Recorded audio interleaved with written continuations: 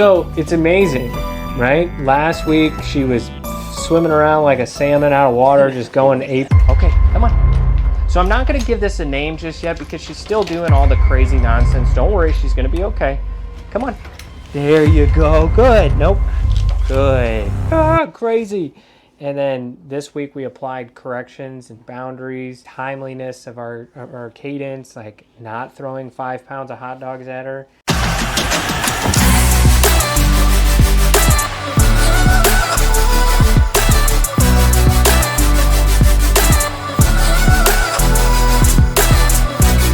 And next week she's like, sir, could you give me another treat, please?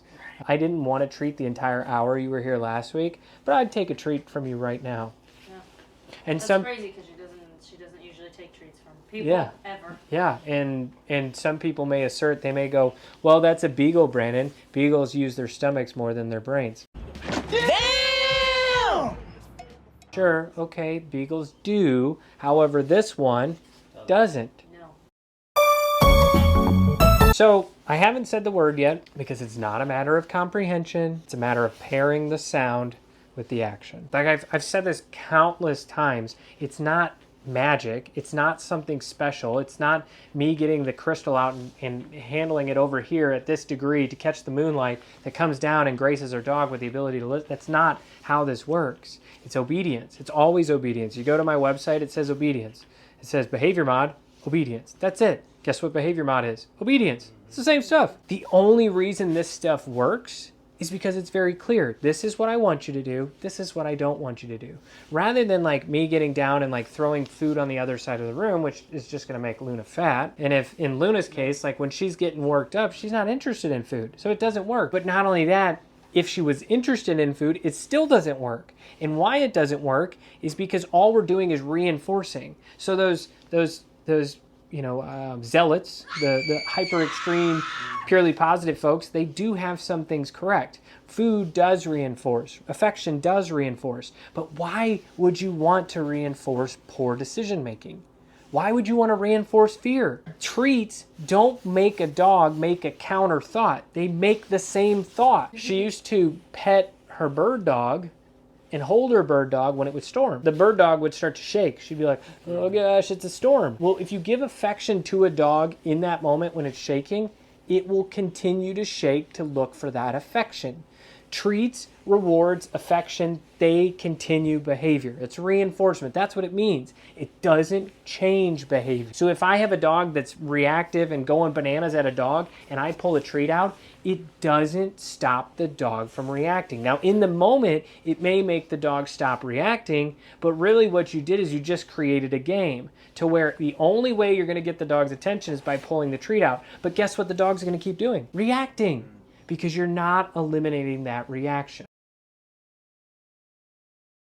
Because it's going to go luring. That's what I did with her first. Luring in the word, and you're pairing the word with the action of putting her elbows down. You're not saying it before. Then the last stage is verbal. Once we get to the verbal stage, that's when the accountability comes out. That's when we trade the lure for a correction. And we'll have a very specific cadence.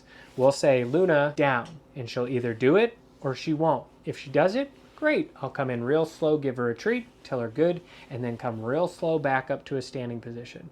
Like I'll bend down to give her the treat and then slowly come back up. The reason I'm going slow with this is not because I'm going to have to do the slow thing forever, but because I'm building the compliance out of her. And actually, beagles are kind of the bane of my existence as a trainer. And you'll hear this in other videos. I'm very candid about the dogs that really give me trouble. It's beagles. And it's because they think with their stomach most of the time. And so I had a beagle named Todd. He was not cute. He had 2 lazy eyes. And he used to get on the place. And like when I'd get him on the place, this wasn't my dog. This was a board and trained dog. And I'd put him on the place and he would be facing the opposite direction of me. Like I'm like, Todd, I'm over here. A lot of special genetics there. So him and I were working. I was boarding him for 2 weeks. And typically it takes me a day to a day and a half to teach a dog a down, like to lay down. No pointing, no gesturing. It takes me a day to a day and a half. It took me 7 days to teach this dog to lay down. This is how special Todd was. And so when he finally did lay down, I celebrated. I was like, yeah, dude, threw my arms up, and Todd immediately celebrated as well. And I had to correct him because the rules are the rules. The rules. The rules. And so for me, like when I'm teaching compliance, crawl, walk, run style, I'm going to be very calm about, hey, good job. And then I'm going to slowly come back up. Because what is our goal? Our goal is to create compliance in the command. So if my goal is compliance, channel your emotions for half a second and then tell her how good she did when you release her. And now I'm not expecting her to hold that at the bottom. That's why I'm saying 3 relatively quickly, because her compliance isn't very good. Emphasis on crawl, walk, run, guys. That is the thing that's going to lead you guys to success. Even if you apply what I write in this ebook for 6 weeks, that's the start. Like you guys, it's not meaning that my training is ineffective or not appropriate. It's that I'm not a snake oil salesman. I will tell you to your face, 6 weeks, your dog will not be habitually better. I'm not going to sell you something that's a lie. I'm not going to say, hey, we're going to do 6 weeks and your dog is going to be perfect just because that's what you want to hear. I'm not going to do that. I'm going to be very honest and real with you because I want you guys to have an honest perspective of your dog and what you should expect out of your dog. Because if you're unrealistic, if you're impatient like most of the people in our generation, your dog suffers as a result of that. Because you're going, hey, goofball, why aren't you fixed? Well, guys, we've only been doing this 6 weeks. It's a drop in the bucket compared to the experience she has of doing whatever she wants. So let's at least give her a little bit longer of that accountability. I had somebody comment on my most popular video, the reactive dog walking video. She's like, I tried these corrections with my dog. And I said, right, but where did you start with your dog? Right. The reason I start with place command and not walking is because 98% of the dogs I work with don't know even how to listen to us on the leash in general in the house. And so I will say that when we did the training, please. the very first thing they had us do was work on the walking. Mhm. I think so. Maybe touch was first, maybe, think but it was touch and then walking, and Yeah. we never got the walking done. Yeah, it's backwards. And the reason I start with this is not because I'm a pacifist. I spent 9 years in the infantry. I am definitely not a pacifist. But it's because I understand, like, you're trying to run before you even know how to crawl. And so if I take them outside, they already don't listen to you in the house on the leash. Right. So why would they listen to you out there? I don't care how good the hot dogs are. They don't listen to you in general. If you guys remember, I don't know if I told you I worked with high-risk youth when I was 18 to 21. I did youth leadership and I coached Pee Wee sports. I was a high-risk youth.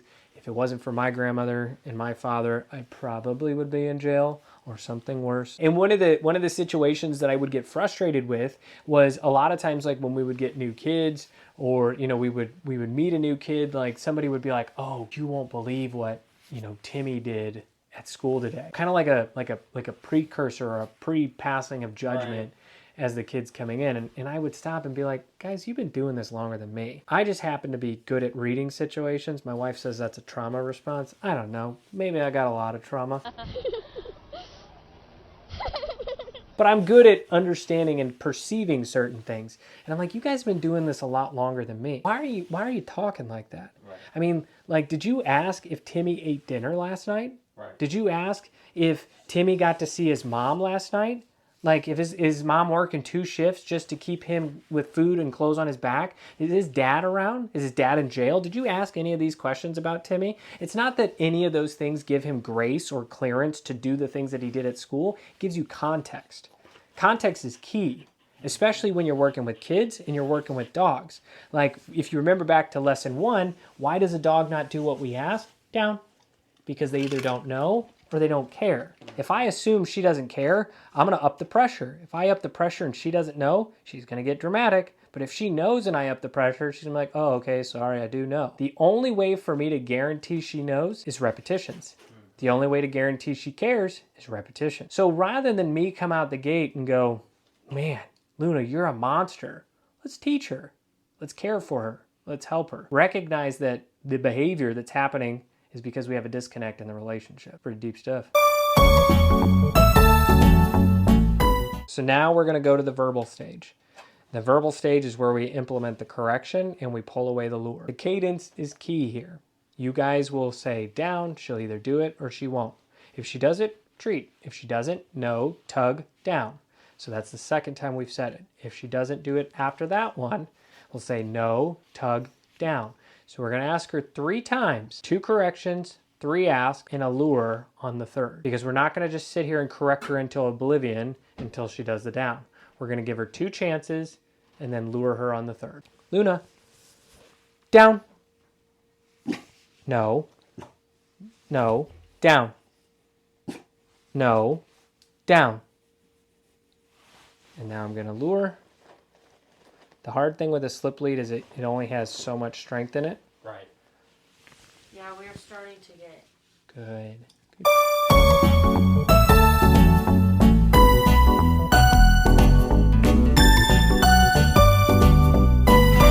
Down.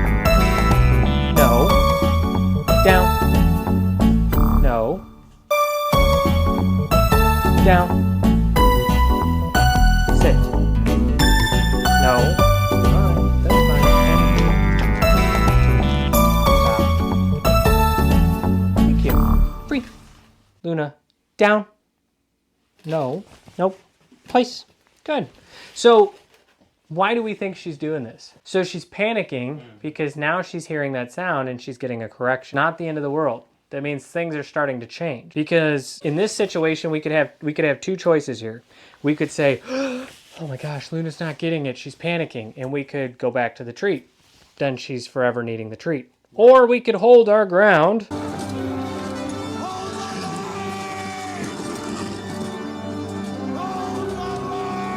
And she could figure out that once she lays down, she gets the treat. But every time she's sitting, once she hears that sound and then lays down, she figures out, oh, that's what he wanted. But this is a point of conflict for her. She's like, I don't understand. And the fear is coming back in. And if I relent on this, and she wins. She goes back to being lured. Free. Good job. Where are you going? Hey, where are you going? Ready? Place. Good job. Free. Good. Luna, place. Nope. Place. Good girl. Free. Good job. I did it on purpose, girl. Right. Place. Free. Good job. Come on. Place. There you go. Free. Good job. Place. So why am I doing this? Because I want to rebuild her confidence a little bit. Here you go. Rather than beating the drum, now she's eating the treat again. But we're still... Good job. Way to go, Stinker. We're still going to test and challenge this moment for her. Good job. Yeah. Here you go.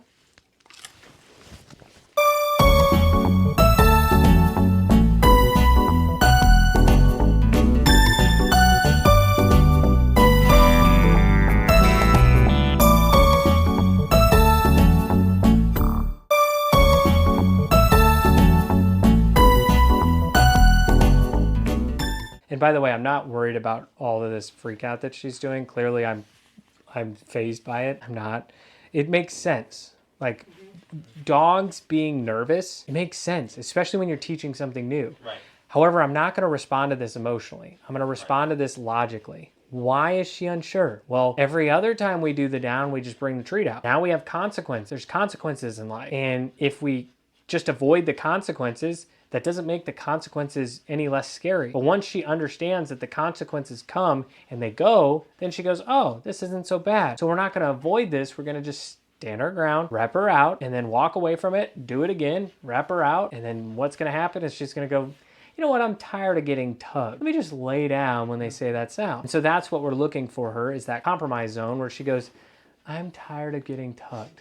Let me flop to the floor. Right. This is much easier. And how many repetitions that is, you gotta ask her. Could be like way less for him. Could be only a couple more for her. We don't know. But if we let go and we change, then she gets what she wants.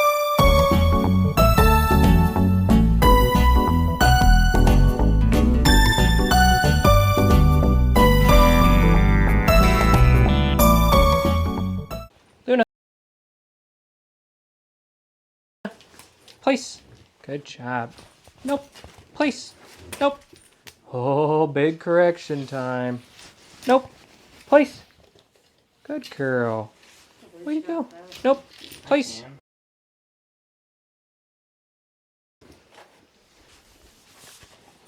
This is big fear moment. So she's not making rational decisions right now. And it's important to remember, like, this is fleeting. Right. Just like last week when I came in and she's like, "Who the heck are you? Get out of my house." She clearly got over that through a week of training. And so this is fleeting just the same. If we stand our ground and we become super consistent, she will figure out that it doesn't work. And she will give up. And then she'll go, "You know what? I'm just going to lay down." Luna, free. Good job. You ready? Okay, Luna, place. Good job. Nope, place. I know, that one's big, isn't it? Yeah, big feelings there. Nice yawn. Yawning is typically a sign of stress. Yeah. So, Yeah, the minute she's in the car, it's all you. I'm not worried about this, okay? If you get a promotion at work, you're like, "Oh crap, they're going to expect a lot out of me." You're nervous about that. Mm-hmm. If you get yelled at work, you're nervous about that. It's a part of growing. It's a part of life. Like, if I avoid stress, this dog never knows how to get past stress. Just the same thing as what I talked about last week with fear. If we go to 24 feet and we get freaked out and then we never go past 24 feet, well, guess what? 24 feet is always going to be scary to you. We got to rip the Band-Aid off. We're not giving labels to dogs. We're ripping labels off.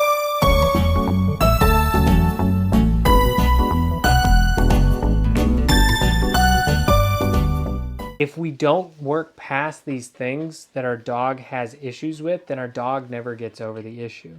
And a lot of those people that preach that avoiding of aversion, it's because it's comfortable for them. They're uncomfortable with the idea of telling their dog no because they're uncomfortable with hearing no, or maybe they heard no a lot in their life and they don't understand that their no that they heard in life has kept them out of prison. It's kept them out of the cemetery. You know, one of the things that I talk about the most is like how we as humans complain from such a position of comfortability. You know, like the current chaos, the current atrocity propaganda that's going on is the war that's going on in the Middle East. Everybody's an expert on it. Everybody's complaining about it. Everybody stands with one way or the other while you're saying all this from a computer that fits in your pocket. That's the material is being dug by slaves in another country to make the phone that you're complaining on. Like, have a little bit of perception on why you're complaining and where you're complaining from. You're complaining from a position of complete comfort. Get over yourself. Pull the label off. Like, do we want to be capable human beings or incapable? And it's the same thing with a dog. I understand she's nervous, but there's no reason to be nervous. All I want you to do is lay down. And once she figures that out, everything's peace. But we got to get through the chaos to get to the peace. I can't say it enough. It's so fleeting. But if we're afraid of that initial friction, then maybe we need to find a goldfish or something. Stinker. Luna, down.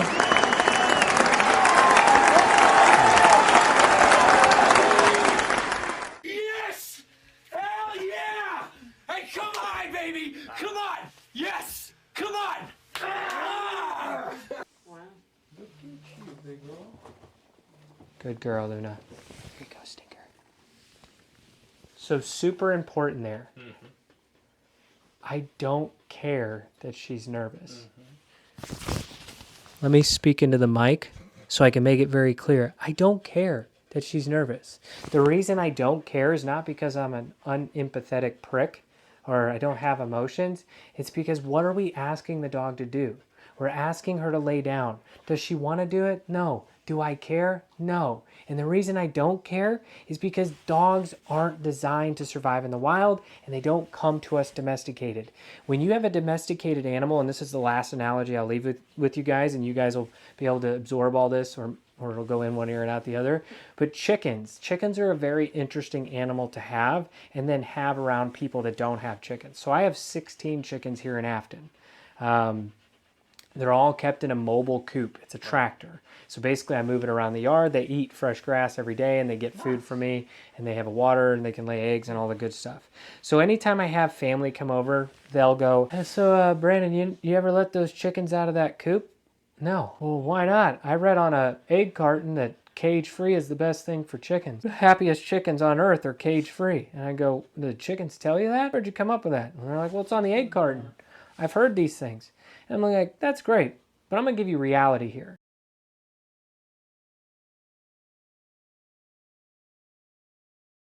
She may be the happiest dog on earth if she got to do whatever she wanted. You guys can't let her live in this house doing whatever she wants. You can't live a life. You can't walk down the street with your dog and have an enjoyable life if she's doing whatever she wants, because whatever she wants is pooping in the house, chewing on the furniture, eating anything off the counter that she wants, doing what she wants to do. It removes the domesticated status. So when it comes to those chickens, you know, what I tell people is if I let them out of the coop, they'll be killed in 2 days. If it's not by the hawks that fly over my backyard, it's going to be by the 2 of my 4 dogs. Yeah. They're going to kill every last one of those chickens.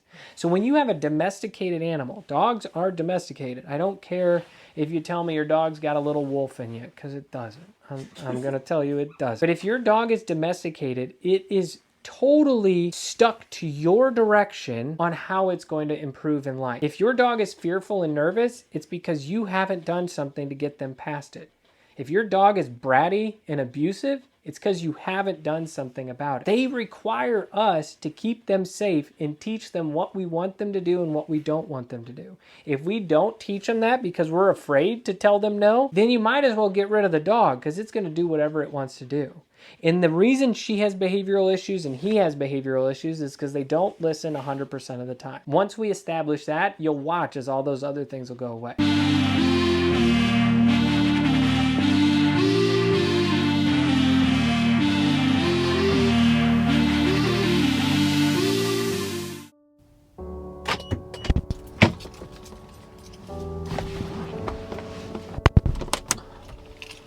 Hey guys, Brandon, Sky Soldier Dog Training.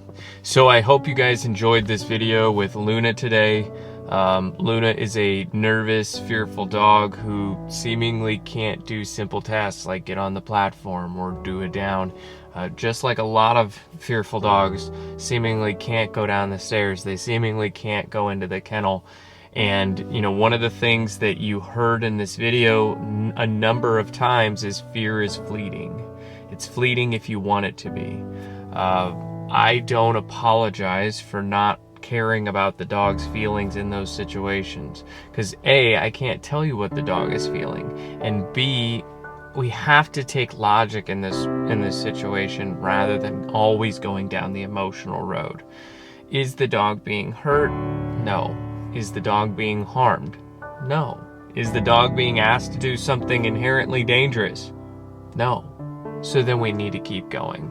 You know, the idea that our fearful dog is going to just automatically get over its fear on its own, it's lunacy. It's no different than if a person is offered 2 choices: a healthy meal, which is going to take hours to kind of procure and then fix and make and do all these things, or 20 minutes, DoorDash, something unhealthy.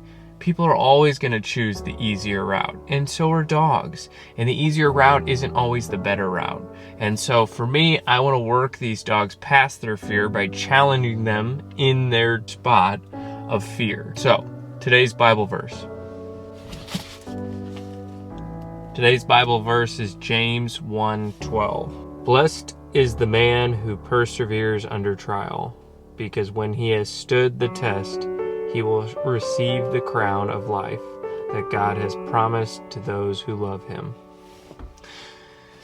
So that was the Bible verse of the day, guys. You know, again, I hope you enjoy these videos. I hope it's helpful. I hope some of you that are struggling with things with their dogs, you can use these videos as resources, as tools to kind of change the script, if you will. But otherwise, have a great day. See you in the next one.